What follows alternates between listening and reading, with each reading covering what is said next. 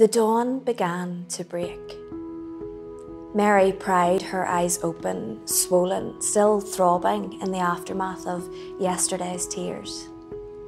For the briefest moment, everything was normal. Then it came. Another tidal wave of grief threatened to swallow her whole as the realization hit hard. Her son was dead. Gone. Just like that.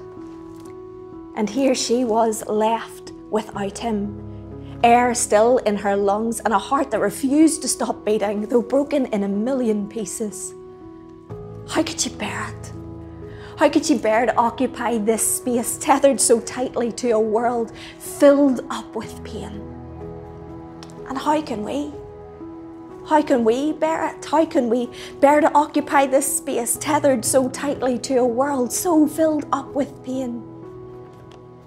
The thought interrupted by heaven's hand reaching, a whispered invitation. Will you, comma, with me? Will I, comma, with you? A comma is not a verb, a doing word. It's a dark blot on a page, a barely noticed flick of the pen between important phrases. Will I, comma, with you? Yes, came the gentle but firm response. Will you, comma, with me? Will you sit here between the very important phrases of your story? Will you stay for just a moment in the stillness, the space between what has been and what will be, the no man's land of the in-between? Will you, comma, with me? For the comma, though insignificant to the eye, a barely noticed flick of the pen, uncelebrated, understated, the comma is important too. It forces rushing hearts to pause for briefest moments before pushing through the pain, to look back at it, to examine the darkness of the phrase just completed and how its twists and turns caused our hearts to ache.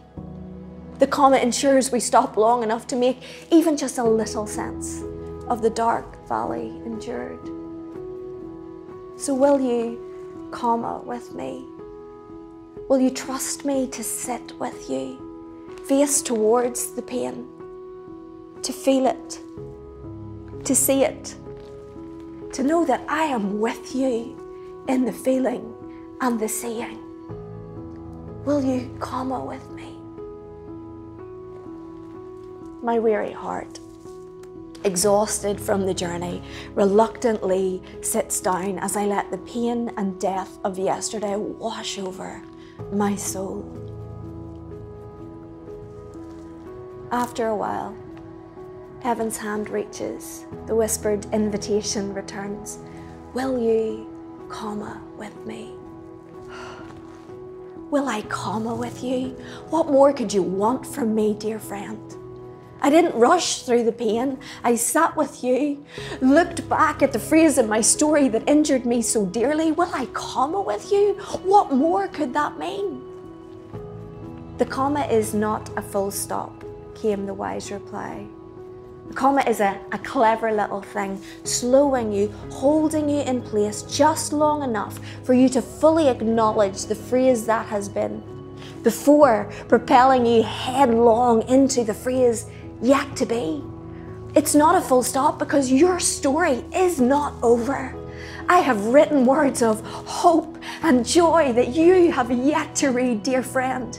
In future stanzas, you will laugh and dance and enjoy a good meal with friends and feel sunlight on your face. You will breathe deeply and you will occupy rest. You cannot see it now. So will you, comma, with me? With the same fortitude with which you acknowledge the darkness of yesterday, will you now anticipate new light for tomorrow? Will you, comma, with me? Will you let me hold you fast in the tension where both darkness and light flood in, where hope and disappointment coexist, where we, you and I, with arms wide open, embrace both past and future phrases, knowing that I can hold your story together and you together in its midst? Will you, comma, with me? is the invitation of Easter Saturday. As Mary was invited to sit between death and life, between sorrow and joy, between Good Friday and Resurrection Sunday, so too are we. For this day of in-betweens, it is not wasted. The comma, though insignificant to the eye, a barely noticed flick of the pen, is the very thing that makes sense of the story. So today, will we comma with him? Will we let this day be? Will we sit with him in the in-between, fully embracing the darkness that has been, fully anticipating the sunrise yet to be? Heaven's hand reaches, a whispered invitation. Will you, comma, with me?